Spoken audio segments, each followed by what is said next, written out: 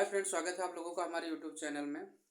आज हम बात करेंगे एक ही बहुत ही इम्पॉर्टेंट रिट, हाइबियस कॉर्पस, जो आज के ज़माने में बहुत ही ज़रूरी है। इसके बारे में आपको जानना क्यों जानना चाहिए, क्योंकि अगर पुलिस आपको इलीगली रूप से गिरफ्तार करती है, क्योंकि जिनके पास लॉ का नॉलेज नहीं होता, आप देखते हैं अमूमन ऐसा होता है लोगों के साथ, या पुलिस लॉ के जो प्रोविज़न उसको फॉलो नहीं करती है, गलत तरीके से गिरफ्तारी करती है, तो आप क्या कर सकते हैं? आपके पास क्या रेमेडी है? रिट पिटीशन क्या होती है? क्या आप डायरेक्टली सुप्रीम कोर्ट जा सकते हैं बिना हाई कोर्ट गए? क्या अल्टरनेटिव रेमेडी अगर आपके पास है तब भी आप जा सकते हैं रिट पिटीशन में? तो चलिए इन्हीं सारे क्वेश्चन पे आज हम बात करेंगे। वीडियो को पूरा लास्ट तक देखिएगा, चैनल को सब्सक्राइब करिएगा, वीडियो को लाइक करिएगा पसंद आए तो। चलिए वीडियो को शुरू करते हैं। रिट का नाम है हाइबियस corpus.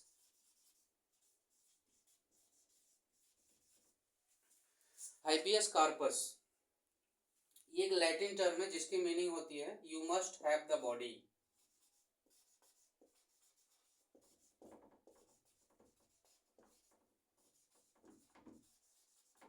You must have body.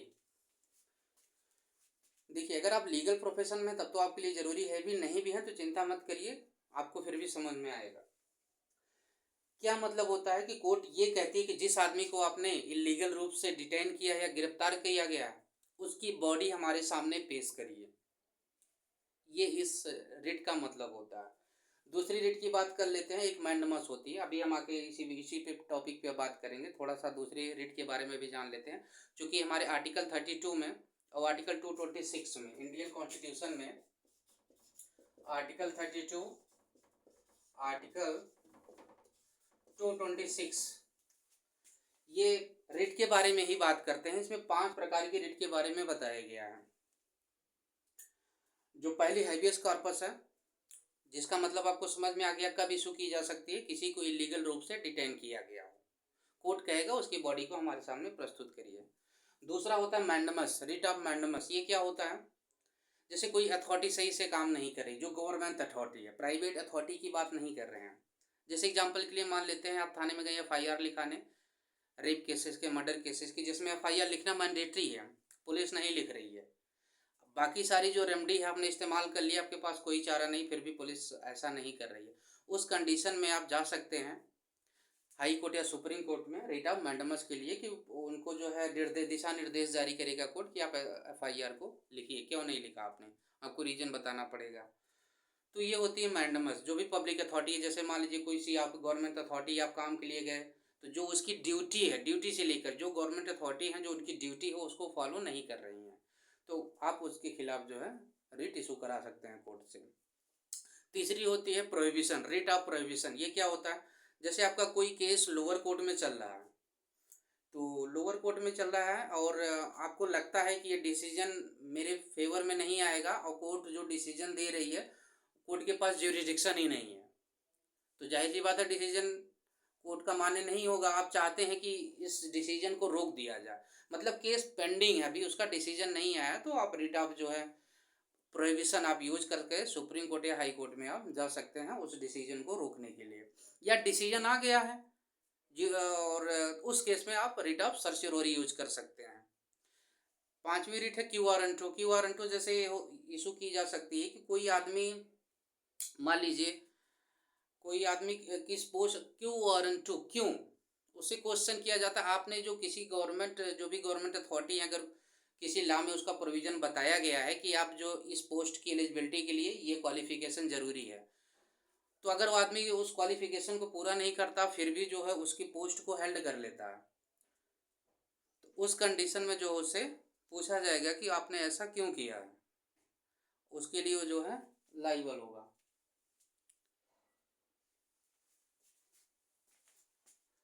लेकिन गौर, जैसे मान लीजिए आपको यूपीएससी, मान लीजिए यूपीएससी एग्जामिनेशन है, उसको आपको हेल्ड करने के लिए क्या होता है, प्री मेंस इंटरव्यू, सारी चीज़ें क्वालिफिकेशन पूरी करनी पड़ती है, आपके पास ग्रेजुएशन डिग्री होना चाहिए। कोई ऐसा आदमी जो, ऐसा होता नहीं, अगर ऐसा हुआ आपको लगा तो आप क्या कर सकते हैं, कोर्ट से जो है क्यू वारंटो रिट इशू करा सकते हैं।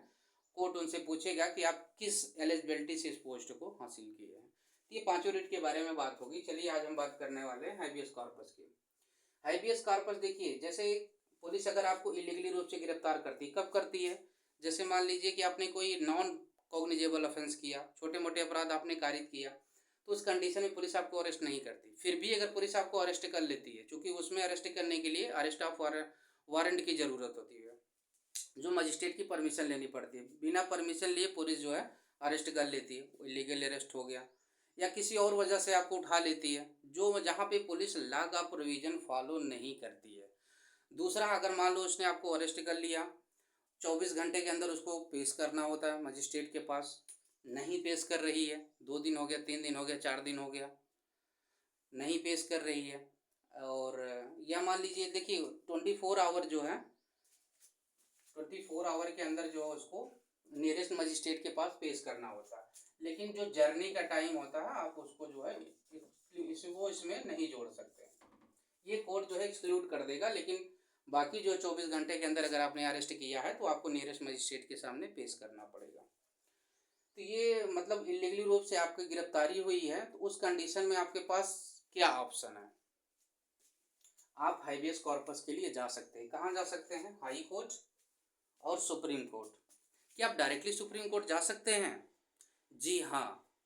अगर देखिए हाई कोर्ट और सुप्रीम के पास दोनों के पास पावर होती है, लेकिन रिट के मामले में हाई कोर्ट के पास ज़्यादा पावर होती, क्योंकि सुप्रीम जो है गारंटर है फंडामेंटल राइट, जो इंडियन कॉन्स्टिट्यूशन के पार्ट 3 में दिया हुआ है, उसके लिए जो सुप्रीम कोर्ट के पास पावर है। लेकिन जो हाई कोर्ट है उसके फंडामेंटल राइट तो रिट इशू कर सकता है, उसके अलावा भी कोई लीगल प्रोविज़न है, लीगल राइट आपका वायलेट हो रहा है, कोई लैंड से रिलेटेड कोई आपका राइट है, या कोई अदर स्टेच्यूट या लॉ में जो राइट है वो कोई वायलेट कर रहा है, तब भी आप जो हाई कोर्ट के पास जा सकते हैं। लेकिन आप डायरेक्टली हाई कोर्ट चले गए, आप सुप्रीम कोर्ट चले गए, आप हाई कोर्ट नहीं गए, तो भी सुप्रीम कोर्ट क्या करेगा? आपको वापस नहीं करेगा, कुछ न कुछ उसका सल्यूशन आपको ज़रूर देगा। उस क्या करेगा? रिट इशू करेगा, जो अथॉरिटी को बुलाएगा कि आप बॉडी को लेके आइए, आपने क्यों जो है अरेस्ट किया है। अगर कोर्ट को लगेगा कि इलीगल अरेस्ट है, तो कोर्ट क्या करेगा? उसको रिलीज कर देगा, या जो कंपनसेशन वगैरह है वो अवार्ड कर देगा पार्टी को, एग्रीव्ड पार्टी को। हाई कोर्ट के पास आप गए हैं, तो अगर आपके पास देखिए अल्टरनेटिव रेमेडी है कोई, तो हाई कोर्ट पूछ सकता है। अगर आपके पास अल्टरनेटिव रेमेडी थी, तो जैसे मान लीजिए कि पुलिस एफआईआर नहीं नोट कर रही है, आपके पास अल्टरनेटिव रेमेडी क्या है? आप एसपी को एक लेटर लिखिए, या एसपी भी अगर वहाँ से भी कोई कार्रवाई नहीं आपके अनुसार हो रही है, तो आप चाहें तो मजिस्ट्रेट के पास कंप्लेंट नोट करा सकते हैं। ये सारा प्रोसीजर अगर आप नहीं फॉलो कर रहे हैं और डायरेक्टली आप जो हाई कोर्ट चले गए, तो उस रिट के लिए चले गए, या इसमें आप हाईबियस कॉर्पस के लिए नहीं जाएंगे, मैंडमस के लिए जाएंगे, तो हाई कोर्ट आपसे पूछ सकता है कि बाकी तो प्रोसीजर आपके पास था, लेकिन अगर आप डायरेक्ट सुप्रीम कोर्ट चले गए, तो वो गारंटर है, वो कुछ ना कुछ सल्यूशन आपको जरूर देगा। हाई कोर्ट आपको डिनाई कर सकता है कि आपके पास अल्टरनेटिव रेमेडी थी, फिर भी आप जो है हमारे पास चले आए। तो अब देखिए इसमें हाईबियस कॉर्पस में एक बात आती है कि कौन हाईबियस कॉर्पस की रिट फाइल कर सकता है। एक व्यक्ति जो गिरफ्तार हुआ है वो कर सकता है, या उसका कोई रिलेटिव कर सकता है। क्वेश्चन ये उठता है, जो गिरफ्तार हुआ वो कैसे करेगा? अगर वो चाहे तो कोई लेटर भी अगर सुप्रीम कोर्ट या हाई कोर्ट को लिख दे, तो भी सुप्रीम कोर्ट उसको कंसीडर कर सकती है एज ए रिट पिटिशन जो फाइल की गई है, और रिट इशू कर सकती है। या उसका कोई फैमिली मेम्बर या कोई एनजीओ हो, तो वो भी जो है फाइल कर सकता है रिट पिटिशन। समझ में आ गया कौन फाइल कर सकता है? आगे क्वेश्चन ले लेते हैं। कोर्ट कब डिनाई कर सकती है रिट पिटिशन के लिए? अगर आप हाई कोर्ट गए, जैसे उत्तर प्रदेश का मैटर है, आप मध्य प्रदेश के हाई कोर्ट में चले गए, तो मध्य प्रदेश कोर्ट उसको एक्सेप्ट नहीं करेगी, चूँकि उसके ज्यूरिसडिक्शन में नहीं है। ज्यूरिसडिक्शन से रिलेटेड अगर मैटर होता है, या मान लीजिए कि अरेस्ट जो था वो लीगल था, पुलिस ने सारी प्रोविज़न को अप्लाई किया था, उसके बाद अरेस्ट किया था, फिर कोर्ट आपको आपकी जो आप उसके लिए जाएंगे तो एक्सेप्ट नहीं करेगी, आपका पिटिशन डिसमिस कर देगी। अगर हाई कोर्ट की बात कर ले, तो अगर अल्टरनेटिव कोई रेमेडी है तो आप जाइए, लेकिन अगर सुप्रीम कोर्ट आप डायरेक्टली जा सकते हैं बिना हाई कोर्ट किए हुए। पहले देखिए जो प्रोविज़न था इमरजेंसी सिचुएशन में क्या था कि रिट ऑफ हाईबियस कॉर्पस जो है इशू नहीं की जा सकती, लेकिन 44th अमेंडमेंट में, ये इंडियन कॉन्स्टिट्यूशन में हुआ था 1978 में, इसमें क्या किया गया था कि ये बोल दिया गया कि इमरजेंसी के दौरान आर्टिकल आर्टिकल 20 और 21 ये सस्पेंड नहीं होंगे। राइट टू लाइफ और पर्सनल लिबर्टी क्या बात करता है कि no person shall be deprived from his life और personal liberty except procedure established by law. किसी आदमी को उसको उसके जीवन या उसकी स्वतंत्रता से आप वंचित नहीं कर सकते हैं बिना किसी लॉ को फॉलो किए हुए। अगर लॉ को प्रोविजन को फॉलो करते हैं तो कर सकते हैं, ऐसे इलीगल तरीके से आप ऐसा नहीं कर सकते। तो अगर किसी आदमी को आप गिरफ्तार कर रहे हैं तो उसका आर्टिकल 21 तो वायलेट हो ही रहा। इससे संबंधित एक केस आया था जो इसका हाइबियस कॉर्पस का केस कहा जाता है, एडीएम जबलपुर वर्सेस शिवकांत शुक्ला।